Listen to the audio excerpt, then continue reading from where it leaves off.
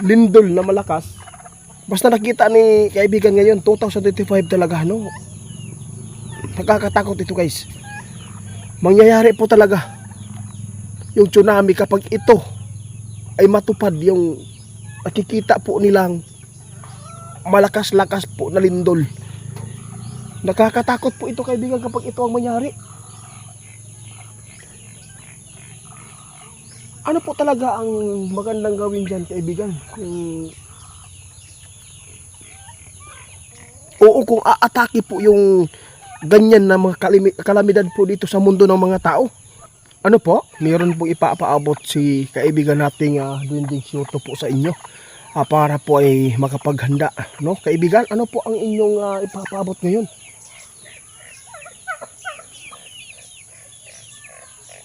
Ipaalala lang po niya uli sa inyo, guys, nung nakaraang buwan ipinapaabot na po sa inyo ito, no?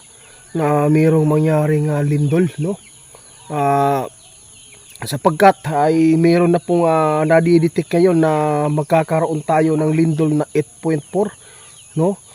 Kaya nandito tayo, mayroon pong ipapaabot ang ating kaibigan para makapaghanda ang lahat. Baka po ay makalimutan po ninyo yung mga ipinapaabot po niya, mga prediction, no? Sa 2025, guys, dapat po tayo mag-ingat, kaibigan. Ano po ba talaga ang mangyayari po dito? Kung kayo po ang magpapaabot dito, kailan po ba ito mangyayari? Diyos ko. Sabi po ng ating kaibigan, guys, dapat po, no, hindi po tayo magkampante sa New Year. Kapag ang tao ay busy po sa paghahanda sa New Year, guys, baka magkaroon po ng kalamidad, hindi tayo makabantay. Sabi ng ating kaibigan, nakita po niya, guys, no, na baka po mayroon tayong masagupa sa tuwing tayo ay sasalubong po ng New Year. Sana po hindi po ito mangyayari, kaibigan. Nakita po niyo talaga na may mangyayaring ganito. Malakas-lakas na po yan, eh. Sa lahat po ng makapanood nito, guys, hinulaan na po ito dati ni kaibigan natin.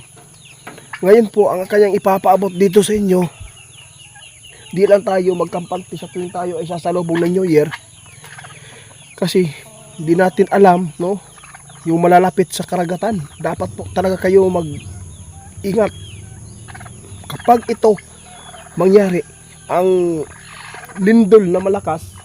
Basta nakita ni kaibigan ngayon 2025 talaga, no? Nakakatakot ito, guys. Mangyayari po talaga yung tsunami kapag ito ay matupad, yung nakikita po nilang malakas-lakas po na lindol. Nakakatakot po ito, kaibigan, kapag ito ang mangyari. Ano po talaga ang magandang gawin dyan, kaibigan? Kung aatake po yung ganyan na mga kalamidad po dito sa mundo ng mga tao, ano po? Naku po, hindi po ba nyo kaya yan pigilan, kaibigan?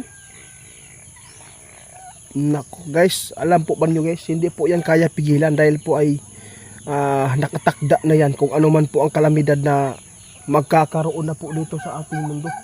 Kaya lang nakakatakot po talaga ito kapag ito ay mangyari dito sa atin, no? Kaibigan, andito yung anak ko. Pakaunusan ako ng pabo, yung mga pabo natin, guys. Diyan ibutang, oh. Butang, diri, oh. Diri. Oh, pagkauman diri na pod, diri. Dire, ibahin-bahin kay og imo itapok na dili na. Kaibigan, pasensya na, ha, naputol. Kasi turuanan pa yung anak ko, guys. Hindi po talaga siya magaling magpapakain ng mga alaga kasi sa lupa yan nilalagay po yung feeds. Kaibigan, ito po talaga yung nakita ninyo. Ako po, nakakatakot po ito kapag ito ang mangyari. Napakalakas na po yung mahigit 8, guys. Pero ang ikinabahala po ni Siyuto po dito, kapag ito ay mangyari yung paglindol, tapos yung hinulaan po nila na mangyayari na tsunami, yun po ang pinakadelikadong mangyayari dito sa atin. Kaibigan, ha? Ano po ang babala po ng hari ninyo ngayon para sa mga tao? Nako, sa lahat ng mga malapit sa karagatan ngayon, ha, dapat po kayo ay mag-ingat na. Lalo na mayroon na pong nakikita ang P-box po ngayon na may mangyayaring lindol na malakas 8.4 yung nag-chat po sa atin, no, sa FB ko, na ipatanong din sa ating kaibigan, kaya nandito tayo. At saka muli ding ipinapaalala ng ating kaibigan nung ipinapaabot po niya yung kalamidad na mangyayari. Sabi po ng iba guys, no, mayroon po mga baser talaga. Sabi po nila, parang ano yan, hinuhulaan mo, parang nakikita mo yung mga nangyayari dito sa mundo. Sabi ko sa kanya na yung mga ipinapaabot natin ay nakabase din po ito sa mga nakapanood sa iba. Tapos yung iba na ipinapaabot po natin kaibigan ay hindi po yan lahat po ng mga followers natin, subscriber, nagpaabot yan. Hindi po yun po ang totoo.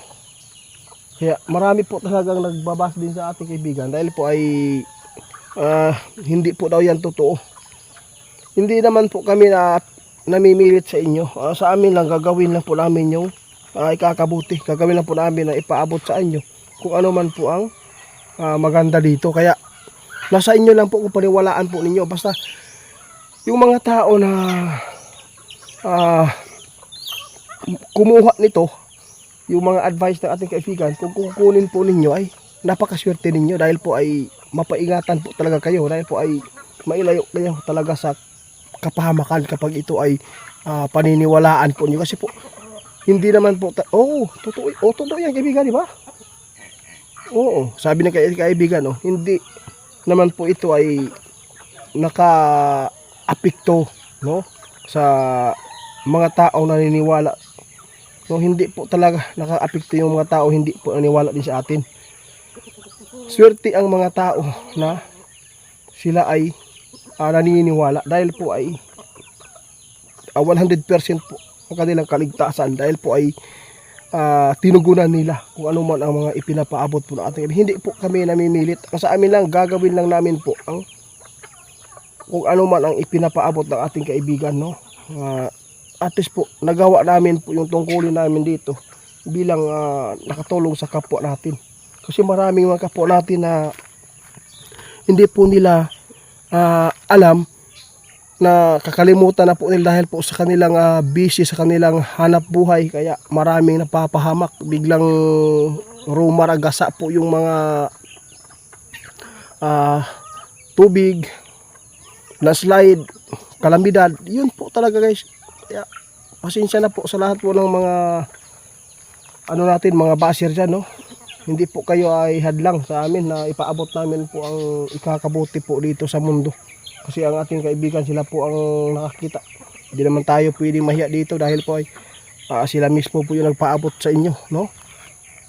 Alam po nila yung mangyayari, kaya yung mga hinuhulaan po ng ating kaibigan, no, ngayon naman po nangyari na talaga na mayroong po lindol. Delikado po talaga yung tsunami.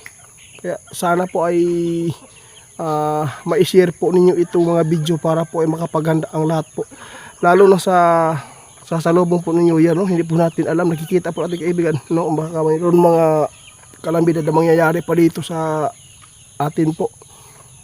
Hindi po natin alam, sa tuwing tayo ay sasalubong mayroong ataking kalamidad, di ba? Ito po talaga ang paalala po ni kaibigan, no, kaibigan.